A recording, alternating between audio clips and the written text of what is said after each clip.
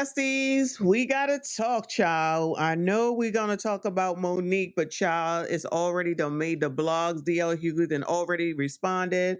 I swear the interview only ended 5 minutes ago, and they already this gonna be worse than Cat. I have a feeling. I got a feeling. Shout out to the Black Eyed Peas. But let's go ahead and hear what Mo had to say here. It says on the Shade Room, Monique addresses previous issues with DL Hughley, comments made from Tiffany Haddish, and more. Child, I heard that part. I got that gist of it. Shade Room caption reads, Monique addressed a few things with Shannon Sharpe. The queen of comedy touched on past issues with DL Hughley. See, this is my thing with this interview. What was the point of it if all you're going to do is rehash the same old stuff? That's my opinion. I'm not saying that it wasn't a good interview, but she's still talking about stuff from way back when. And it's like, what is the point? Where are we going with this? Those people are not going to sit down and have a conversation with you. She has said conversation so much. Maybe this is the video we should watch on Saturday night so we can take a shot every time she says conversation. I'll think about that. Anyway. It says she touched on DL Hughley, comments made about Tiffany Haddish, and alleged audio of Tyler Perry admitting that he lied. If you recall, most problems began with Tyler, Oprah, and Lee Downs involving the film Precious when she refused to promote the film at the Cannes Film Festival for free against the advisement of the three. During the drama, Mo was labeled hard to work with, which led her to being blackballed. The comedian said she would be open to sitting down with Oprah and Tyler. I was bitter. I was dangerous with what I was doing, saying that it was inequality. My husband didn't know what he was doing. This went on through the years. I was unloved, all of these things. And I said to myself, I'm going to see you. I'm going to see you. I didn't go on nobody's show. I didn't say nothing to nobody, but I knew the time would come that I would see him. We were scheduled to do a show in Los Angeles. I was the headliner of that show. His name was on it, then his name came off. Child, we went over this when this happened originally with the call sheet and the other sheet and the contract, and DL said he was lead and Monique said she was lead of this comedy show where they both, child, this is so crazy. I didn't question it, but I knew I'm a Sam, right? Eventually. Okay, now we have a show in Detroit. Contractually, I was the headliner. DL Hughley posted a memo. Now, when you signed your deal for the Ravens, did you sign a contract or a memorandum? I signed a contract. You see how you say that? Years. I was bitter. I was like anybody that knows good business. You signed the memo would say this is what I would like, right? But the contract is saying this is what it is. Okay? Yes. He put out a memo to our community, and that touched me a little different because I was saying, why would you lie to our babies? Because now they're thinking if they send somebody a memo, that's what they're supposed to get. Okay. Now, when she's talking about her babies, I'm going to have to assume that she's talking about people in the comedic realm, because no one else should be looking at memorandums when they're sitting up here taking jobs. I'm a little confused as to what the heck it is that she means right there. But again, I'm going to have to go ahead and assume comedians. But here's the thing, in my opinion, people need to be getting lawyers any daggone way. And the thing is that a lot of people don't. We've seen so many musicians get into these contracts. They never had anyone look it over, meaning a lawyer, someone legal, because they don't want to pay the money. They think that they'd have made it. And then all of a sudden they've gotten taken advantage of and everyone's supposed to care. How many times do we have to hear that story before people recognize and realize that you don't know every damn thing? I say it all the time. I don't know what I don't know. And I will freely admit what I don't know, but I damn sure am going to acknowledge what I do know. And when it comes to something like a damn contract, if you're not good with that, or you sign a contract to do a show, you sign a contract to do a lease, you sign a contract to commit to do whatever, and you don't know what the hell it reads, or you didn't have no hand in it, then I suggest you pay the lawyer to have them review it and give you the information. Is it going to cost you? Probably. Is it worth it? Absolutely. But when you try to tell this to Black people, they don't want to listen.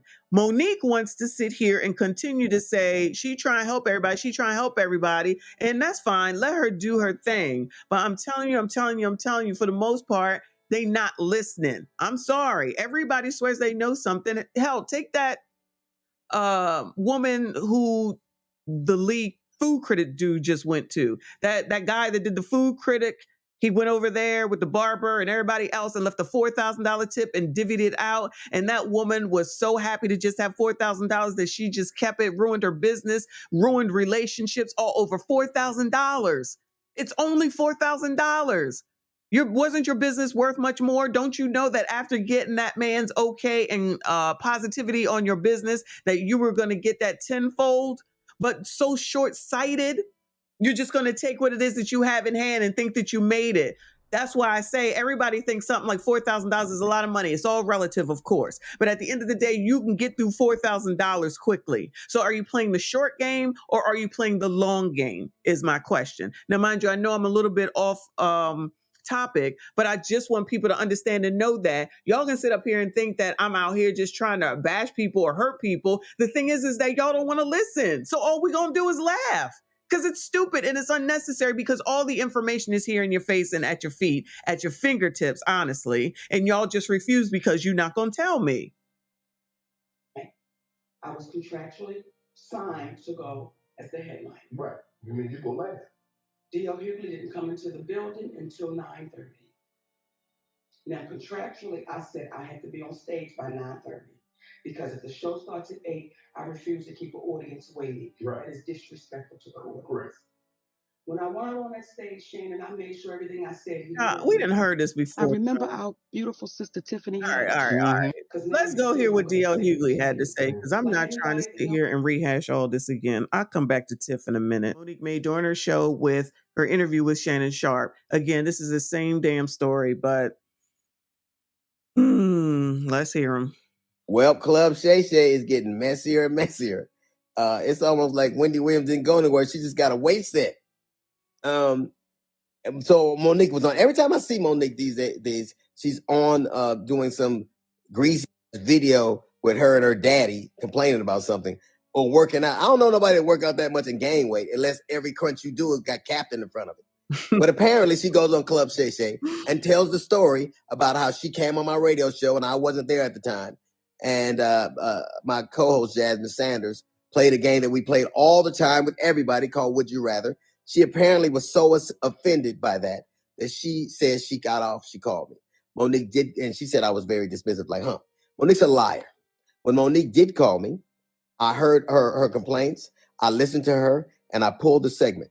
So if I had been as dismissive as she alleges I was, that segment would have aired. It didn't because I respected her wishes. She's a liar. Well, Club Shay Shay is getting messier and messier. It's also befuddles the shit out of me how somebody who as a comedian talks as much shit about everybody else as she does, she has the temerity to be offended about anything as much shit as you say about people. Then she encouraged everybody, allegedly it stems from the fact that I used to always talk about her on video after video, and she encouraged her sweet babies to look at the video and find them. Do that. Do exactly what she says. And you know what you're not going to find? You're not going to find any evidence of that because Monique is a liar. She's lying about that. But what you will find is Monique talking about some alleged contract dispute we had. Look at the ticket. It says D.L. Hughley, then Monique. She knows the story. But what she did in response to that, she talked about my dog, my wife. This broad even brought out my daughter's personal trauma. Now, I know y'all remember that. That was completely and disgustingly wrong. Y'all, I feel like this was just yesterday. It's jogging the memory. Monique came out and was talking about his daughter and her alleged, I don't know if we want to call it an essay. I guess it's an essay, actually, unnecessarily. And listen, I'm not saying that Monique don't have a case on some of these things, but this stuff is so old. I'm just so confused as to why she thinks that Tyler Perry, Oprah Winfrey, and whoever else is supposed to be required to come and sit with her and have a conversation. Monique, I'm going to need you to move on. I got to be honest, y'all. This story is just deja vu right now. She did some raw crap when it came to the DL stuff. And that's why he's responding. I completely understand. I don't even understand why this is being rehashed. Did she come and do this just because Kat did it and she needed some attention? I'm just asking questions. Daughter was molested, and Monique bought that shit out and told the world that I allowed my daughter to be raped in front of me. The lying mother. Well, if men don't protect women, this is exactly what's happening. But I see the first comment right here talking about he didn't apply this much pressure for Kat. So like you cannot win for losing. The man is responding and he's upset because she did do this. I remember this clearly. And only after the pressure did she come back and apologize. That was like a year and a half ago, y'all. I got videos on it. I know it's still up. Of course he's upset because is this all over again unnecessarily? What was the point? Honestly, what was the point? She knows she was lying. And it only stopped when everybody from my family checked her. Mm-hmm. It's interesting. You know what else you won't see Monique doing? You won't ever see her with her family, videos with her children or grandchildren, because nobody with me. How do you have sweet babies when your own babies don't with you? How do you love us for real when there's no evidence of anybody loving you for real, except your daddy, who you apparently have to pay? And FYI, daughters are paid for by daddies, not daddies who get paid by their daughters. You know what else you won't see Monique doing? Telling jokes. Monique, if she'd have spent as much time actually writing jokes and writing her Netflix special as she did complaining about not having one, it wouldn't have been trash. It got the worst reviews of any Netflix special in history, because that's what Monique does. She complains and she has grievances. You never see her being a human being. You never see her being sweet. She knows she was lying. And it only stopped and warmed to people, except when she's using it to butter somebody else to get something. There's a reason why everywhere she goes, it starts. Everywhere she goes. How is it that nobody with you, not even your family? How do you, I was on the road, get it. I get it every goddamn week. Look at my schedule versus yours. See how much I'm going. And I still manage to have a relationship that I cherish with my children. Can you say the same? You can't. It's all you do is talk about your grievances and who did you wrong.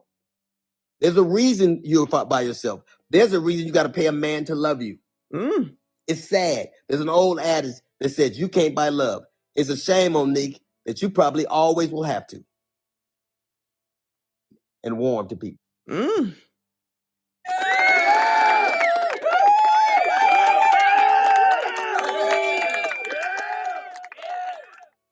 I just don't understand why rehashing old crap. I just don't understand, but I guess it's not for me to understand. DL said what he said, and he protecting his family. He protecting his daughter because she did talk about the dog. She talked about everything, and it was so unnecessary. It was so unnecessary, and she reignited this. She wanted the attention. She got it. In my opinion, she wanted to do this because Kat did it and she needed some attention and probably is hoping that Oprah and Tyler and whoever else is going to come and contact her. And I have a feeling that they won't.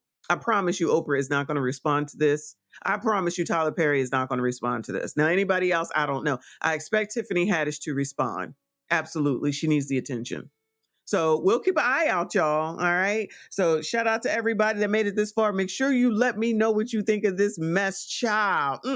Reignited old beef for no apparent reason. Make sure you hit the daggone like button. Subscribe if you are new. I see you all in the next one. We do not care.